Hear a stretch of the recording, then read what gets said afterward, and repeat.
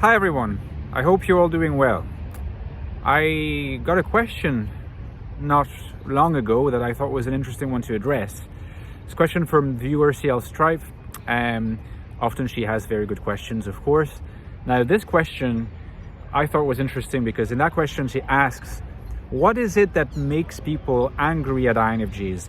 And more specifically, because that is what makes the question particularly interesting.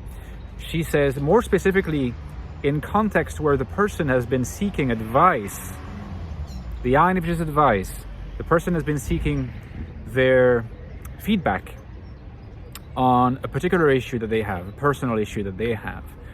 Why is it fairly common for the other person, when they receive the INFJ's perspective, advice, in confidence, why is it so common for the person to reject it, to sometimes get angry at the INFJ, sometimes to berate and denigrate the INFJ as giving useless advice, as being not respecting boundaries, as not knowing their place? Why is it the case that we have this kind of flipping that takes place from a position of seeking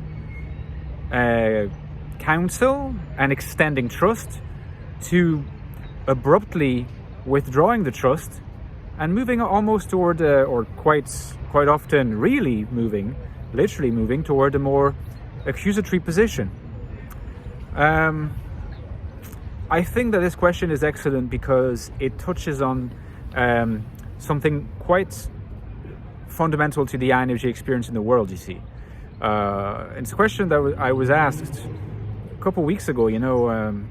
I did not know how to answer it at the time. I had to mull it over, and for good reason. It's because I had to come up with something different first, another concept which I addressed in a recent video, and hopefully you guys have watched that video, where I essentially say that INFJs are not everyone's counselor.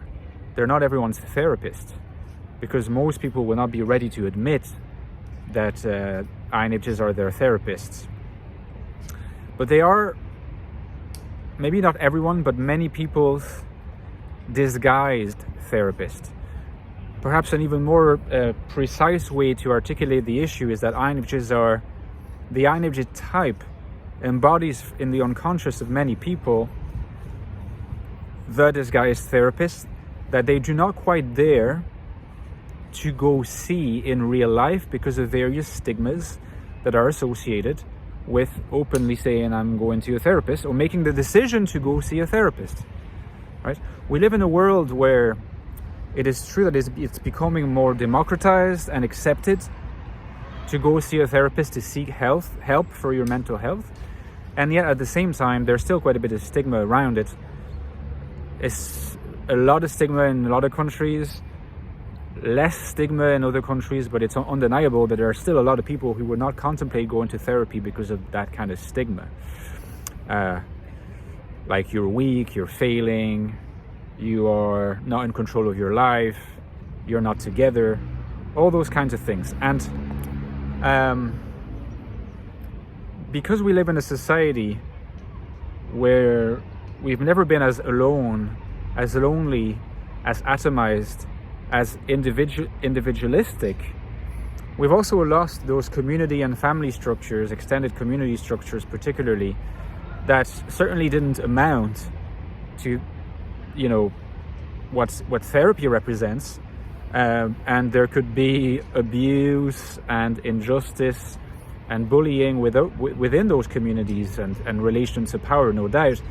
But in their own way, at their own level, those communities and those institutions, including back when the church was influential or more influential in people's lives, Jung saw that early on, and Freud too, that these particular institutions and the communities that congregated around them performed the role of performed functions that ended up having certain effects in grounding the person and balancing them and integrating them.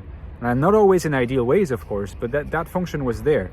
Now that we're alone, now that we are atomized, now that those communities have decreased in influence,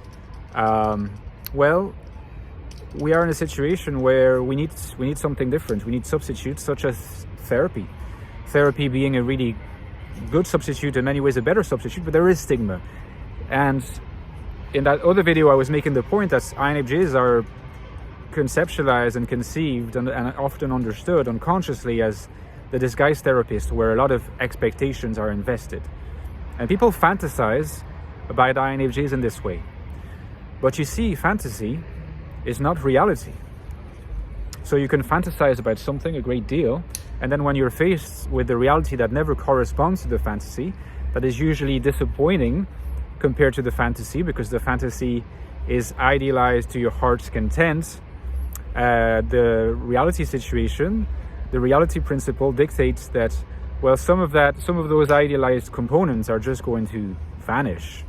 You know, you're going to be faced with something that is never corresponding to the fantasy, and you're going to start hearing things that you did not expect hearing. And oftentimes the INFJ, when in that position and sought out in that position by other people, is asked to give support and give advice, like the individual INFJ who is basically interacted with as if they were a vessel, an agent or a representative of the INFJ type as everyone's unconsciously disguised therapist. The INFJ is going to be asked to give the support according to criteria that are criteria derived from fantasy. So inevitably the INFJ will be falling short of the expectations. And more than that, the fantasy is of course itself disguising many aspects of the person's mental issues, including things that are a source of intrapsychic conflict that need to be addressed, but that they are keeping repressed or keeping hidden because they don't want to face it, because they see it as a potential source of guilt or shame. These are precisely the things that need to be changed, that need to be worked on. The person that doesn't necessarily want to do that if they're steeped in fantasy.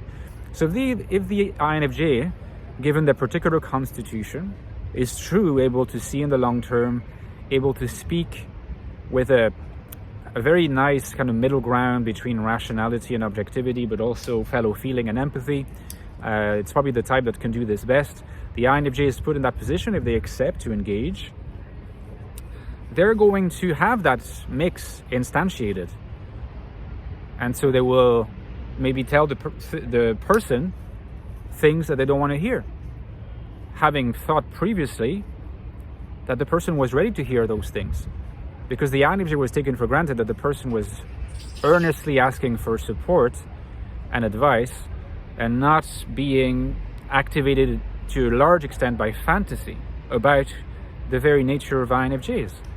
And the fall from grace of that experience is often projected onto the INFJ by the disappointed person. And I think that's what entails the movement of aggression toward the INFJ. It's projection. In fact, you know, it's kind of like a microcosmic replay in social interactions, informal social interactions, of what happens often in analysis, in therapeutic analysis between a patient and their therapist. It happens in a more formal setting, and usually it's less violent. The person can't really afford to just try to attack and degrade the analyst, but there is something like that does take place, particularly in the first few months, you know, maybe the first year. Then the person, if they're still in therapy, relaxes. But the INFJ, in a sense, has to take those hits without being within the formal setting of being an analyst. So let me know in the comments if you thought that was useful. Give me a like if you enjoyed the video. And don't forget, I wrote 2 books on the INFJ that might shed a lot more light on these issues if you're interested. The latest one is called The Infinite Soul, INFJ Life in the Modern World. It looks at how INFJs can be in this world right here, right now. Often feel hostile, but INFJs can be authentic and happy and flourishing and finding purpose in this world, and this is what the book explores. Find the link below, as well as this prequel, The Infinite Soul. You see it, The Ecstatic Soul, which looks at the INFJ mind, what it's like to have an INFJ consciousness, a new look at the INFJ personality. Check the reviews, they're all really good. It's down there. And also finally, the lifeblood of my channel, guys, the lifeblood of my channel is my Patreon page. And this channel depends on your kind support, so please consider supporting me. You get access to bonus content every 2 weeks, and the community and myself. It's down there. Talk to you soon. Bye-bye.